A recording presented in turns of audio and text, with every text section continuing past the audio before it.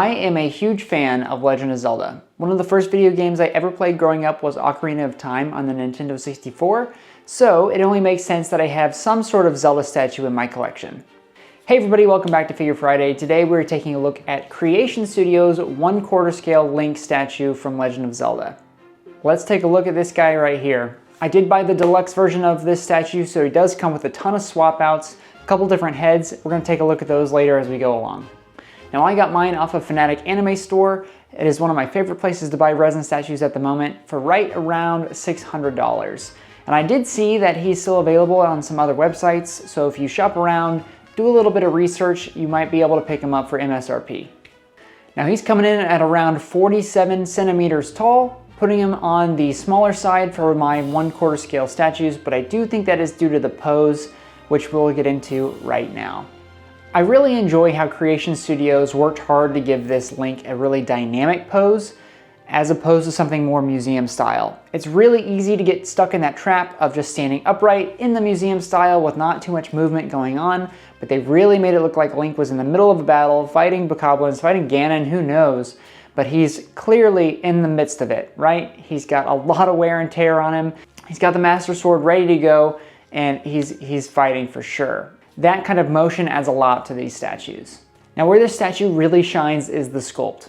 They made this thing crazy detailed, lots of textures, realistic heads, extra swap outs, parts and pieces, you name it, and this statue has it. One thing I'm a huge fan of is the realistic heads, which I know is not for everybody, but Creation Studios says, I got you, and they actually threw in a couple of different head sculpts for this deluxe version. You get a in-game head sculpt, which is just like the Link that you see in Breath of the Wild and Tears of the Kingdom, and you also get a semi-realistic, kind of blended between the realistic one that I've got displayed on me here and the original cartoony Link that you would see in the game. Now, as I said, I do display the battle damaged one. I think it fits the overall vibe of this statue better because his whole outfit is damaged, so having the realistic one with the scrapes and bumps I think looks the best in my opinion.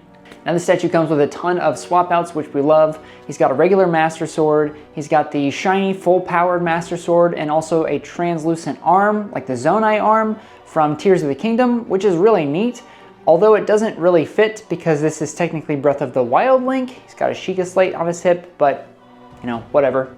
It's a cool addition to have that extra arm swap out just as an option. Also, the deluxe version does come with a Hylian shield that you can set in a stand next to the statue, and a pedestal or like a little bust that you can display one of the extra heads on as well. So you can have little like side statues to go along with the main one. Now all of the parts and pieces on the statue are extremely detailed, from the texture of the clothes to the chainmail to the leather boots, all the way down to the grass of the base. There's detail and texture everywhere.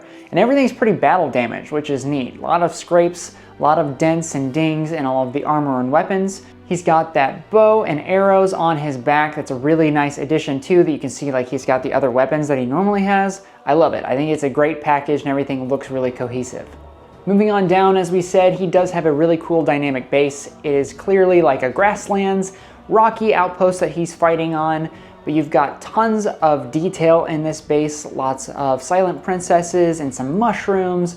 The grass is really detailed and not just like a solid sheet of grass, not a solid sheet of green, which we always love to see some dynamicness and some depth in those bases. Also a cool touch is there's some arrows sitting behind him that have clearly like been fired from a previous part of the battle and they're stuck in the ground. Neat detail, definitely wasn't necessary for him to add that, but I love it. I think it brings a lot more to the piece. Lastly is the gold underbase. I think it ties it all together super nicely. You got the Triforce in the front, plus it's about an inch or so off the ground, so you can kind of see that this whole thing is really cohesive. I think just overall this is a really well done statue. Hey guys, if you're enjoying this video, please give it a like down below. It is completely free and it helps the channel way more than you may think.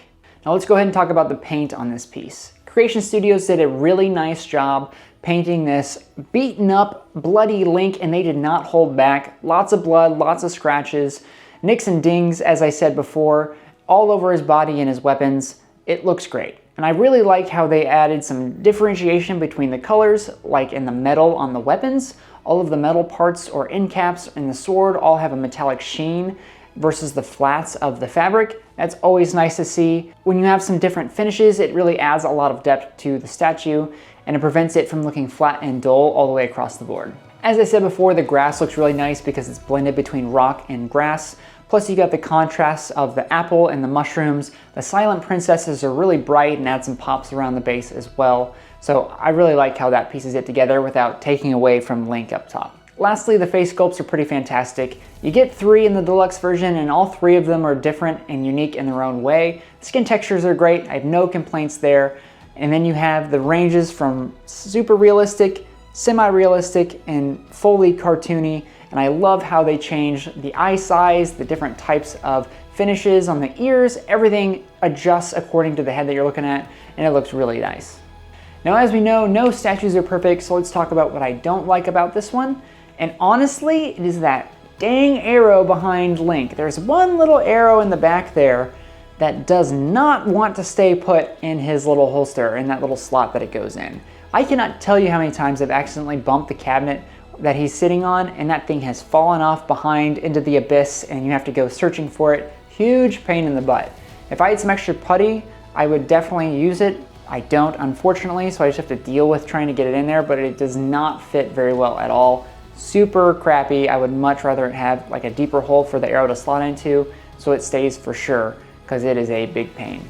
I also don't understand why they don't give you a second display bust for the deluxe heads. You get 3 heads and you only get 1 extra place to display it, so that means one of them has to like stay away in the box forever, which kind of sucks. So I guess pick your 2 favorites and get them on rotation, and then the 3rd one can just be forever in the box in your basement or in your attic or wherever you keep your stuff. All right, now if I could make any changes or if I had a wish list for this statue, I have one thing that I would change, and it would be put that Hylian shield to use on the figure. I don't know why we have it as a display on the side. I mean, it's cool and I love the Hylian shield, but he's literally in the perfect pose to be holding the Hylian shield. And when you think of Link, you think of the Master Sword and the Hylian shield. Those are his 2 main pieces of weaponry that he uses. Why would you not have it on him? I don't know, that seems weird to me. At the very least, put a magnet so he could stick on his back. I want him to be wearing the shield. One way or another, it should be on his body. That would be my biggest change if I had one gripe about like redoing this statue, put the shield on him. All right guys, that is enough talking from me. Let's take a look at Creation Studios' 1/4 scale Link statue.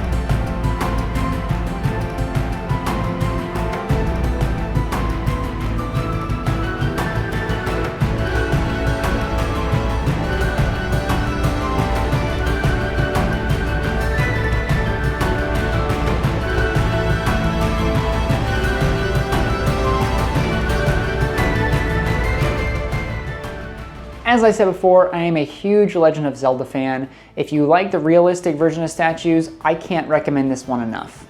It is a good time to be a Zelda fan right now because there's a lot of really great Link and Zelda and Ganon statues out at the moment, so you have plenty to choose from. If you guys like this video, let me know in the comments below. Please like the video and consider subscribing, and I will see you guys in the next Figure Friday.